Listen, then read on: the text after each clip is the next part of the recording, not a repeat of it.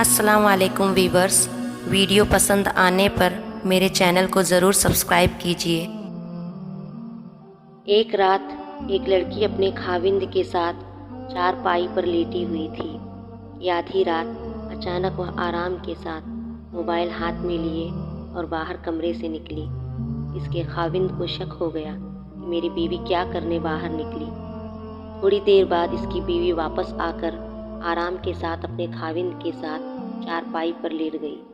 دوسری رات اس کے خاوند نے اپنا سیم کارڈ نکال کر اس کے موبائل میں ڈال دیا اور اپنی بیوی کا سیم کارڈ اپنے موبائل میں ڈالا۔ جب آدھی رات ہو گئی تو اس کی بیوی نے پھر سے آرام کے ساتھ موبائل اٹھایا اور کمرے سے باہر نکل گئی۔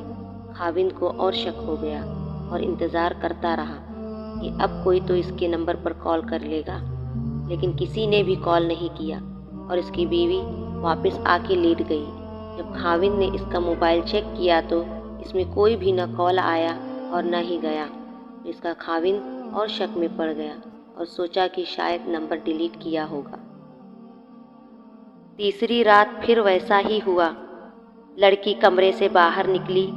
5 منٹ کے بعد اس کا خاوند بھی چھپ چھپ کے اس کے پیچھے گیا اور وہاں ایک سائیڈ میں جا کر بیٹھ گیا، یہ دیکھنے کے لیے کہ اس کی بیوی آخر کیا کرتی ہے۔ اس نے جب یہ دیکھا کہ اس کی بیوی نے گھر کے ایک کنارے میں جہاں نماز بچھایا ہے اور موبائل کا لائٹ آن کر کے کھڑی ہو کر نماز میں مشغول ہے، اور جب سلام پھیرا تو یہ دعا کی، یا اللہ، اگر میری عمر میرے خاوند کی عمر سے زیادہ ہو تو میری آدھی عمر میرے خاوند کو دے دو۔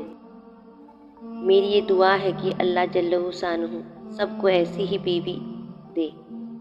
قصے کا مقصد یہ تھا کہ شک کرنے سے پہلے تحقیق کرو۔ جزاک اللہ۔